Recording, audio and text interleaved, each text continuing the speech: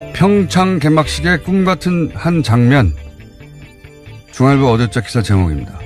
올림픽이 열리기 열흘 전쯤 이명박 전 대통령 부부를 청와대로 초청하고 평창 개막식에 같이 참석하라는 내용입니다. 이는 김정은과 회담보다 절실하며 한국민의 애국심을 상징하는 장면으로 수십억 세계인이 감동할 꿈의 장면이 될 거라는 겁니다. 이명박 적폐는 증명되지 않았고 적폐청산 목표는 사람이 아니라 시스템이어야 하고 정권이 바뀌어도 국가의 계속성은 유지되어야 하기 때문에. 대단합니다. 보수의 이명박 지키기. 그 적폐는 충분히 증명되어 가는 중이고 청산에는 그런 시스템을 만든 이들의 책임도 포함되어야 하는 거죠. 이명박 전 대통령의 개막식 참석이 왜 한국인의 애국심을 상징한다는 건지, 그 장면을 보고 왜 수십억 세계인이 감동한다는 건지 도저히 이해할 수 없지만 그래야 국가의 계속성이 유지된다는 겁니다. 국가 권력을 동원한 범죄에도 불구하고 어떤 처벌도 받지 않고 그냥 넘어가서 지속될 것은 국가의 계속성이 아니라 그 범죄 세력의 생명이죠. 이렇게까지 아무 말이나 막 쓸 수 있는 대범함을 기리는 차원에서 뉴스공장 명예의 전당에 이 칼럼을 영구 보존하기로 하겠습니다. 김호준의 헌정이었습니다. 대단한 칼럼 아닙니까? 네, 정말 놀랍네요. 이명박 전 대통령 관련 수사를 그동안 정치보복이라고 했는데, 예. 그런 주장이 얼마나 식상한지, 예. 보여주는 압도적인 창의성이죠. 예. 지금까지 밝혀된 것만 군과 국정원이 아예 댓글을 달았다는 사실이고, 그에 대해서는 이명박 전 대통령이 사과한 적도 없습니다. 그런데 아직도 증명되지 않았다라는 식의 이야기를 한다는 것도 놀랍고요. 이런 압도적 창의성은, 이런 과감성은 저는 호연직이라고 불러야 된다고 봅니다. 예. 상상력 말하니까 생각나는 건데, 요즘 1987 영화가 화제가 돼가지고 탁 치니까 억하고 죽었다 하는 당시 경찰 발표. 네, 치안본부 발표였죠. 발표도 화제인데, 이걸 패러디하는 것 중에 제가 본 것 중에 제일 재밌었던 것은 박근혜가 탁 치니 억 내놓는 국정원, 이게 있어요. 근데 이 패러디가 특수활동비 관련된 이야기인 거죠. 예, 그렇게 패러디한 건데 쌍벽을 이룰 정도로, 예. 보수의 상상력을 보여주마. 그런 표효와 같은 그런 칼럼이 아니겠나. 이걸 패러디한 것도 있어요. 이 기사. 청송교도소의 꿈같은 장면. 김정은 핵폐기보다 절실한 국민 영원, 이런 똑같이 패러디한 것도 있는데, 기왕 이렇게 된 건 뉴스공장에 이제 청취자 여러분들이 그날 선정한, 이거는 보관해둬야 된다 하는 오늘의 기사 저희한테 보여주시면 그중에 하나씩 선정해가지고 페이스북에 저희가 명예의 전당을 만들겠습니다. 그래서 매달 장원도 뽑고, 예, 연말에 왕중왕전 하고. 이 기사는 읽자마자 이게 보관해야 되겠다, 따로. 그런 생각이 들었습니다. 자, 첫 번째 뉴스는요. 네, 정호영 전 BBK 특검팀이 밝혀낸 다스 비자금 전체 규모가 120억 원을 넘는다라는 뉴스인데요. 여러 검찰 관계자를 인용해서 오늘 아침 한겨레 신문이 보도했습니다. 정호영 특검팀은 지난 5일에 특검 수사 당시에는 120억 원 외에 다른 자금 발견된 사실이 없었다라고 밝힌 바 있는데요. 이와 배치되는 내용입니다. 그러니까 거짓 해명했다라고 의혹을 제기하고 있는데요.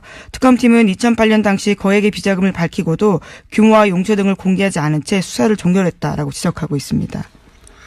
이게 이제 동부지검에서 현재 2008년에 특검하고 종결된 사안을 다시 들여다보고 있는데, 이 동부지검 수사팀이 밝혀낸 게 아니라 그때 2008년 이미 밝혀진 내용이 당시 이미 120보다 훨씬 큰 금액이 나왔는데 그걸 덮었다는 걸 최근에 자료를 확인하다가 현재 수사팀이 알아낸 거죠. 예. 네, 그래서 검찰 관계자 말을 다양하게 인용하고 있는데 전체 규모는 120억 원보다 훨씬 컸다면서 이것은 추정이나 주장이 아니라 당시 수사 과정에서 나온 거다라고 강조하고 있습니다. 그러니까요.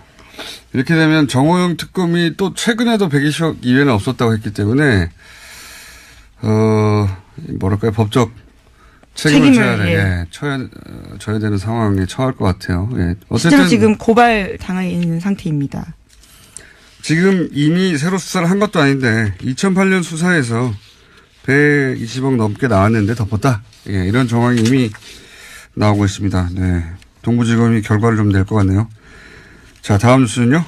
예, 또 검찰은 이 120억 원의 실체에 관련된 수상한 정황을 해외 매출해서 포착했다라고 MBC가 보도하고 있는데요. 이 돈은 17명의 이름을 빌려서 모두 43개 계좌에 분산돼서 보관돼 왔다라고 합니다. 정호영 특검은 이 돈을 비자금이 아니라고 보고요. 회사로 반환할 것을 지시해서 더 이상 문제 삼지 않았는데, 그런데 이 돈이 2008년 특검 종료 직후부터 다스법인 계좌에 전액 반환됐다라고 합니다. 그래서 검찰이 이 돈의 행방을 쫓고 있다라고 합니다. 이게 이제 어제 저희 뉴스공장에서 다뤘는데 참여연대 김경률 회계사. 당시 특검은 이게 격리 직원의 개인 비리라고 덮었는데 이게 개인 비리가 될 수가 없는 지점을 김경률 회계사가 짚었죠. 이 돈은 장부에 등장을 하는데 행령 중에는 장부에 등장하지 않고 하는 행령과 장부에 등장하는 경우가 있는데 이 경우는 이제 외상값 그러니까 매출 채권 돌려받지 않을 목적의 외상값으로 처리해 둔 셈인데 이런 경우에 이제 장부에 등장을 하잖아요. 그리고 그러면 외상값으로 기록되는 상대 회사가 있지 않습니까? 그럼 상대 회사의 경영진이 이 다스의 일개 격리와 이 금액에 대해서 그래 그럼 그렇게 처리하자고 합의를 해줘야 되기 때문에 개인이 행령할 수 있는 구조가 아니다. 이 방식으로는.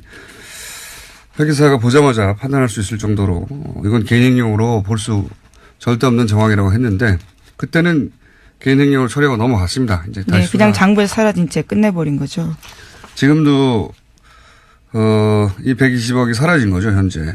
왜냐하면 다스로 들어갔는데 상대 회사가 있잖아요. 상대 회사. 그 상대 회사에서는 돈이 줄었단 말이죠. 당연히 120억이 돌아간 걸로 했으니까. 근데 실제로는 안 왔어요. 그 회사에서 들어올 120억이 어딘가로 사라진 셈이죠. 예. 비자금으로 의심하고 있는 거죠, 지금. 예, 당연히. 자, 다음 수는요?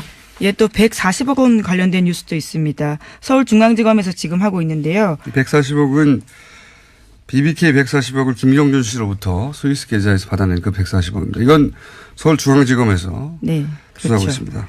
여기서 또 핵심 인물이 김재수 전 LA 총영사입니다. 이 인사가요, 현재 행방이 묘연하다라고 채널A가 보도하고 있습니다.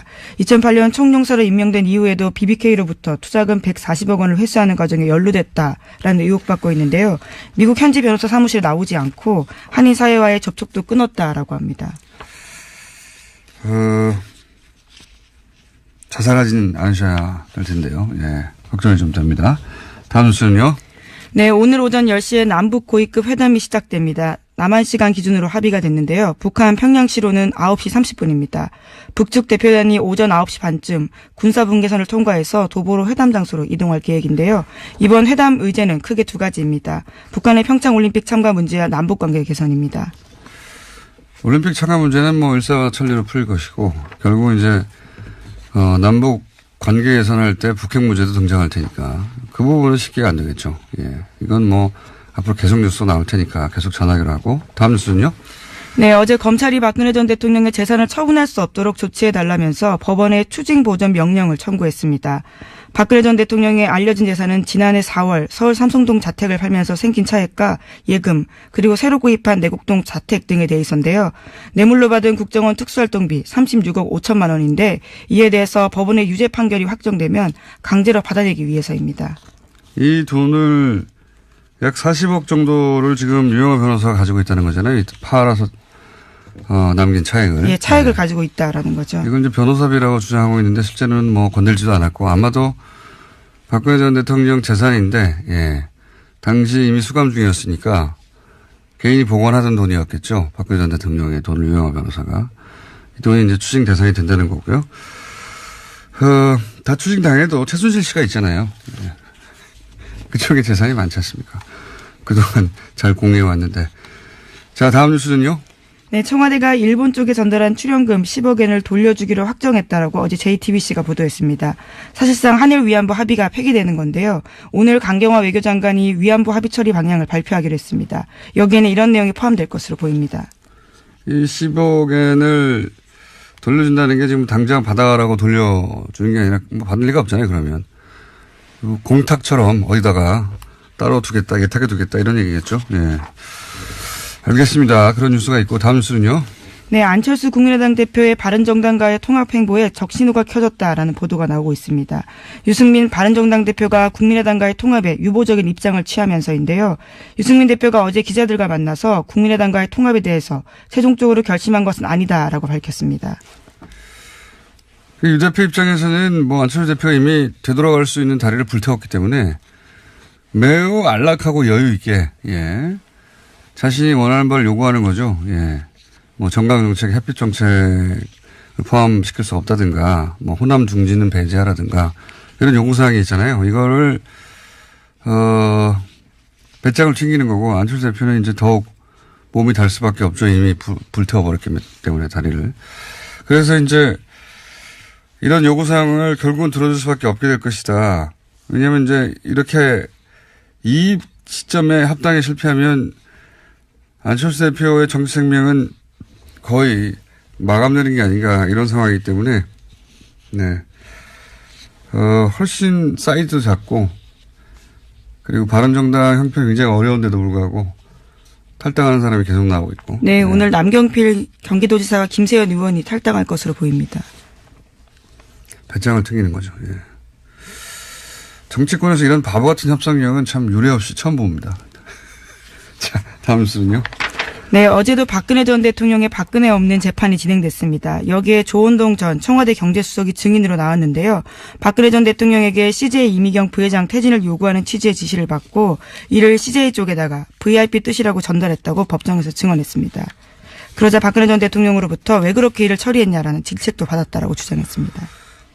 요거는 벌써 거의 1년 가까이 된 뉴스의 후속이네요. 당시 이제 박근혜 전 대통령이 CJ 그룹 회장은 단체장에서 물러나고 부회장은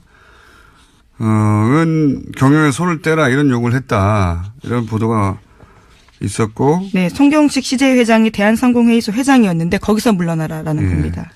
그리고 이제 이미경 부회장은 경영에 손 떼라 이거죠. 원래 보수가 항상 얘기하는 게 이제 자유시장 경제 체제 이렇게 얘기하는데 원래 보수가 이제 자유 시장을 얘기할 때는 부자들이 자기들 마음대로 하게 달라는 거죠. 그런 자유화 시장인데 그런데 이 박근혜 정부 사고방식은 거기에도 미치지 못해요. 왕이나 할 수 있는 거죠. 사기업의 원호한테 손떼 이런 얘기를 할 수 있다고 하는 발상도 황당한데 그게 실행됐다는 거 아닙니까? 네, 구체적인 말을 보면 더 놀라운데요. 이렇게 이야기합니다. 회장님 너무 늦으면 저희가 진짜 난리가 납니다. 지금도 이미 늦었을지도 모릅니다. 수사까지 안 갔으면 좋겠다는 생각입니다. 라고요. 협박한 거죠. 반도라고. 더욱 황당한 건 이걸 지시한 실질적인 주체가 최순실 씨 아니겠는가. 이게 작년 4월쯤에 이미 나왔거든요. 법정에서. 최순실이 CJ 이미경 부회장을 향해서 만든 영화가 좌파 성향이라 XX 같은 년이라는. 아니, 그 마지막 말도 X를 하셔야 될 것 같은데요. 차은택 씨가 진술한 법정 문서에 나온 얘기예요. 제가 한 말이 아니라. 법정에 공개된 진술입니다, 이게. 근데 이제 이 영화 두 편인가 변호인이나 이런 영화 때문이 아니라 왜냐하면 CJ는 정반대로 소위 이제 국뽕이라고 하는 영화도 제작을 했었거든요. 그 이유보다는 당시 이제 나왔던 보도를 종합하면 이미경 부회장이 가지고 있던 문학에 대해서 영향력, 또는 뭐 한류의 중심으로서의 문학의 영향력을 그 자리를 차은택 등을 내세워서 최순실 씨가 접수하려고 했던 거 아니냐 이런 보도가 나왔었죠. 네, 물론 어제 법정에서도요. 박근혜 전 대통령 쪽에서는 이렇게 방어했습니다. 이미경 부회장이 CJ를 잘 이끌고 갈지에 대한 우려였지 경영에서 물러나게 하려고 한 건 아니었다라고요. 근데 조원동 수석 이야기는 물러나라고 했다고 하니까요. 하여튼 뭐 1년 전 이야기인데 다시 그 당사자가 나와서 법정에서 증언을 했고 사실 1년 전쯤에 법정 진술 차은택 씨의 진술서에 공개된 바에 따르면 구체적인 정황이 또 나왔긴 했었죠. 그게 이제 1년 후에 이제 다시 당사자 증언으로 보도가 된 거고요.